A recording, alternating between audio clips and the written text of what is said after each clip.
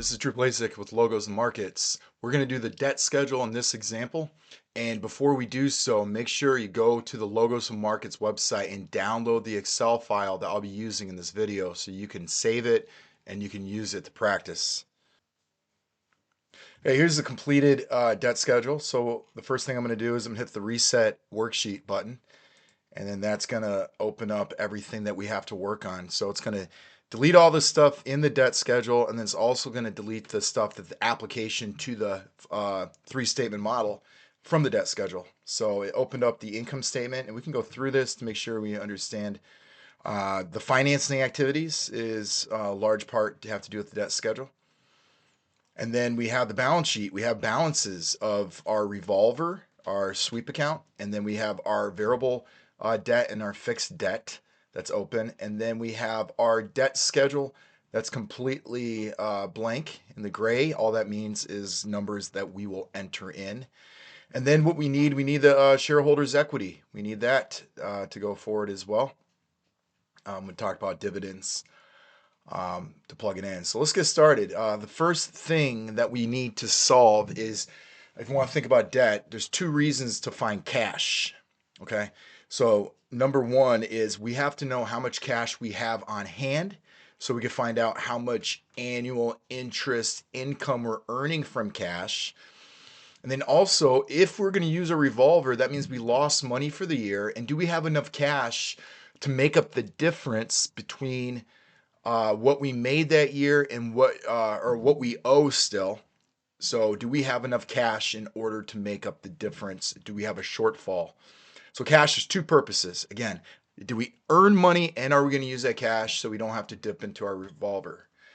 All right, first thing we want to do is if you do it correct, it's going to light up green. The green means that the number is correct. Not all of them will light up green right away because we have to solve other parts of the debt schedule in order to be the correct number. If you go to this tab on the bottom, the grade, what we have here is we have two different grades. I have the overall grade. The overall grade is almost identical to the green cell. Is it entered in correctly? Is it the correct number? So right now, because the debt schedule is blank, all other schedules, we have about 70% of everything that has the correct number. However, the weighted grade, this is going to be the grade if we have the correct equation in there. So even if it's not correct number, because we're waiting to solve something else, the weighted grade will say, you know what, but you did it correct. So technically we have about 86.4% completed of our equations. And you can go down here and examine what we need. So as we saw, part of the income statement, cash flow statement, balance sheet, those are not completed with the right equations because we have to enter in the debt schedule. And everything else is. And then on this left side, it shows how it is impacted. How is it not having the debt schedule completed or correct? How does that impact those numbers? And you see it does impact common shares and retained earnings. Has no effect on preferred shares. So that's an interesting thing to look at. Go back to the model. So we're going to solve cash. First off, we want to find out how much cash do we have. So to find the balances, this is called the corkscrew technique. I want to find the last actual recorded year. I want to find out how much cash we had. So I'm going to go all the way up to the balance sheet and look for cash. That's going to be a current asset, the first thing. And that's going to be the correct number. Next, what we want to do, if this was the last recorded year, we want to find out what is the beginning balance of the first projected year. So that's going to be the same as the ending of the previous year. Next, we want to find, do we add cash or do we is it negative cash from our operations and what we've done? So we want to know the change in cash, and that's going to be found in the cash flow statement. So the first thing we want to know the balance, and now we're going to look at the change in cash, which is right here. And if you remember your finance, that's going to be the financing activities, the operations, and the investing. All those added up. Now this number is not going to be correct. It's a correct calculation we did, but this number is not correct until we fill out more things. Next, I'm going to do alt equals. So I'm going to sum those up. After you get those three, I'm going to hold down shift, go to the right, control R, and drag it to the right. So now we have a good idea of the cash we have. And now what we want to know is, well, what's the interest rate we're getting on the cash? Well, that's going to be in our assumptions. And we're going to go down or up to our interest rate. We're going to earn 1%. And there's two ways of doing this. You could do the average of the beginning and the ending. You can find the average between those two. Or you could just do, I'm just going to do the beginning balance and multiply it times the interest rate. So what we're going to do is I'm going to go back to that first. I'm going to hit function F4 to make sure I make it an absolute value so I can drag that across. When you get good at this, get fast, you can just do it really quick. All right, next we want to know is, do we have to utilize a revolver? So we have to find out how much money did we make during the year. So we found out how much cash we have. That's the beginning balance, and there's the ending balance. Well, how much through the operations, through the investing, through the mandatory debt repayments, we have variable and fixed, through the issuance of new stock or buyback of preferred or common stock. And then also we're paying out dividends. So how much money are we left over? Because so you have these have to do with operations investing, and these are what we have dedicated to repay, or we're going to issue new stuff. So, and then just know that preferred and common is different. Preferred is going to be something where that's going to be no matter what. Common is only going to happen if there is a profit for that year. So let's find this out. So we want to find out what is the change in all this. We're going to go to the operating cash flow. That's going to be in the cash flow statement, and we want to find operations. We'll select that total right there. Next, we want to know is what is our investing. Again, that's going to be in the cash flow statement.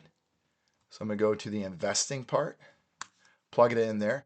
And then what we want to know, what's the mandatory debt repayment, mandatory for variable, fixed, and then issuance or buyback for stock. And that's going to be in our assumptions. So if you did your assumptions correctly, they should be lined up with these four in a row.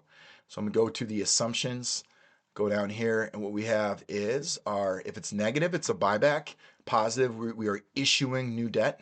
Same with stock. So all I have to do is drag, I'm on a shift, drag it down, and hit Control D to fill down. And then this is a mistake a lot of people make, is the dividends. This has to, and there's a couple places you could find it. I like to go down to the equity schedule, and in retained earnings, I list both of those. And it's important that you make sure it's negative. That preferred dividend and the common dividend is negative, and in the retained earnings portion of it, I made sure it was negative because we're taking away how much money we're adding back to the company. If you choose to pick the ending of the preferred dividend up here, you have to make sure you put a negative sign by it. Hey, and one thing I like about the retained earnings, they are back to back. You always do a check. Let's do a quick check that I'm looking at our grade. It's not balanced. Our weighted grade has gone up. I'm going to go to the debt schedule, and you see we're 100% completed on cash. 31% was done right, as in the correct numbers, but we have 100%. We've done the right equation, and we have to wait to fill out more. And right now we're working on the revolver. Let's go back to it. And the last part here is I'm going to sum up all those, and that's going to show you how much money I have from my free cash flow. Do we need to dip into the revolver? Do we have enough money? So I'm going to highlight all those, go to the right, and then hit Control R. We fill to the right. Now let's figure out, are we, and by the revolver, if we made money this year and we had a balance on the revolver, we want to pay it off instantly. Or if we need to use a revolver, which means we don't have enough cash to make up the shortfall for the year, we want the revolver to automatically pick it up so we don't have to go bankrupt. We have enough short-term debt to keep on going. So we have to find out first. I have to know the balance, the ending of the revolver. Again, it's the corkscrew technique. You're going to find that in the balance sheet. So it's very simple. When you think about balances, is in the balance sheet. So it's the first liability up there. We want to find the last recorded year. What was the ending balance? And then we want to find out what's the beginning balance for the first projected year. So those are going to be the same. And then just like cash, I want to know what is the addition or the repayment to the revolver. So what we're going to do is I'm going to put a negative sign because the reason why I want this number to be flipped, if this is a number, a positive greater than zero number, that means that we're paying off something. I need this to be negative to take away from the revolver. So if the revolver has a positive amount, that means we have debt. So it's important you do the negative on the outside, and I'm going to do the minimum. And I want you to think, I kind of brought this up from the beginning. So we want to know is I'm going to add up the free cash flow plus the beginning balance of cash. Do we have enough? So I'm adding those two up, and I want to take the minimum, whatever's minimum, the cash or the free cash flow, and then I'm going to hit comma, and then I'm going to say the revolver beginning balance. So what I'm asking here is, which one is less? Is it the free cash flow plus the cash or the revolver? Now, just break it down so it makes sense. If the cash in the free cash flow was below zero, right? Because right now the revolver is zero. That means that would be a minimum. That'd be a negative number. That means we're gonna add it to the revolver. We lost money that year and we don't have enough cash to pay for it. So I'm gonna take the minimum. Now, if it was a negative, that's why we have a negative out here. It flips it to a positive because I'm gonna add to the revolver. Now, if the revolver was less than the money we made. So imagine we made $100 and the revolver was 5. That would be a minimum, right? That would be a minimum. And what I want to do with that is, and I have a negative to make it a negative, I want to pay off that instantly. So whatever I have in the revolver, and if I have enough cash, it's automatically going to pay it off. So that would be how we do the revolver. I'm going to hit all equals to sum those up, highlight it, go across, and now we have the revolver solved. Next, I want to know, do we have a shortfall? So we have to know if we do, and we have to dip into our revolver, how much interest are we paying on the revolver? Well, that's going to be in our assumptions, and I should do it right away. If you want to get quick at this, hit Control F4, and it puts in absolute value so I can drag it across. And what I'm going to do again, I'm going to hit the interest rate multiplied times the beginning balance. This is important.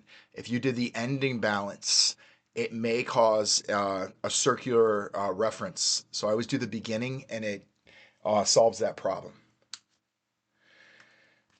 So I'm gonna highlight those and go to the right, and then those are correct. So they're all 0. Nothing we have to do later on to make that a number. Now, if we did dip into our revolver, that would not be green until the end. Next, we want to find out what are we paying on our variable debt and our fixed debt. Now, this is important here, is that a couple things we're doing here, just like cash. I'm finding out the balance of the debt that's going to go into the balance sheet. The ending balance of my variable debt and my fixed debt is going to go in the balance sheet. And also, it's a cost. It's an interest cost. If I do have debt, I have to figure out what kind of expense it's going to be. So let's do the variable debt, and I'll do the fixed debt pretty quick because it's the same thing. So we have to go to the balance sheet. Again, we're finding a balance. So I'm going to go to the variable. I'm going to bring in the balance from the previous year. So we're going to do the corkscrew technique again. I'm going to go to the beginning for the first projected year. Now I want to know, are we doing repayments? Is there a change or additions? Well, that's going to be an assumption that we're going to make, and that's going to be in our variable. So it's negative 25 million, which tells us we are repaying 25 million per year. And then I'm going to hit all equals. I'm going to sum that up. What we brought in the previous year, minus 25. That means our balance, since we paid off 25 million, will be 175. Drag it across. Next, we want to find out what is the interest rate we are being charged on variable debt. That's going to be right there. And I'm going to hit function F4 right away. make an absolute value. Then I'm going to take that interest rate, multiply it times the beginning balance, highlight those, have it go across. And then I'm going to do this fairly quick. And the fixed debt is going to be identical to the variable debt. Now some companies might only have one kind of debt. I made sure in this one we have both, so we get a good idea how that works. Go to the change again. Now we're adding 5 million per year, as you see. We're taking on more debt if it's a positive. Have it go across, so that's going to add some money for us, available cash we can use. And now we want to find out how much are we paying on our fixed debt, which is going to be 5%. Again, I forgot to do that function F4. If you want to get pretty quick at it, practice with this sheet. Trust me, you'll get pretty quick. Control the right. And the last part of the debt schedule, what we're doing is we have 3 forms of debt. That's going to be a cost. And then we have 1 form of interest payment or income. That's going to be our cash we have. So it's important to see that our net interest, even though this is an expense, we look at it as a positive. So I'm going to add up all the expense ones as a positive. So it's going to be the fixed debt plus the variable debt plus the revolver. And I'm going to subtract out, because of the cash we make, the annual interest income that we have, because we're viewing an expense as a positive. So if we're earning money, I'm going to subtract from that expense. Drag that across, and our debt schedule, and it should show in our grade, our debt schedule is 100% correct. That means we did it correct.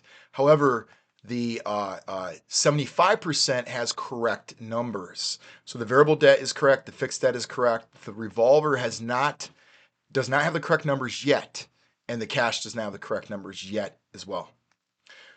All right, so we want to scroll up and we want to see what are we missing. So this is the application of it. Once the debt schedule is completed, we want to think to ourselves, well, we have to go to the balance sheet to figure out the projected balances for the revolver, the projected balance for the variable debt, and the fixed debt. So that's what we're finding on the balance sheet. So first thing I'm going to do is the revolver. And it's important when you do the balance sheet, what you want is the ending balance for that year. That'd be the balance sheet. Remember the ending of the previous year, and then we corkscrew that in for the beginning, and then we want to find out the change. So the ending is the new one that we're going to go across, and this should be besides that last year. Correct. And now we want to find the ending balance of our variable debt. Remember, always pick the ending. And then we want to find the ending of the fixed debt.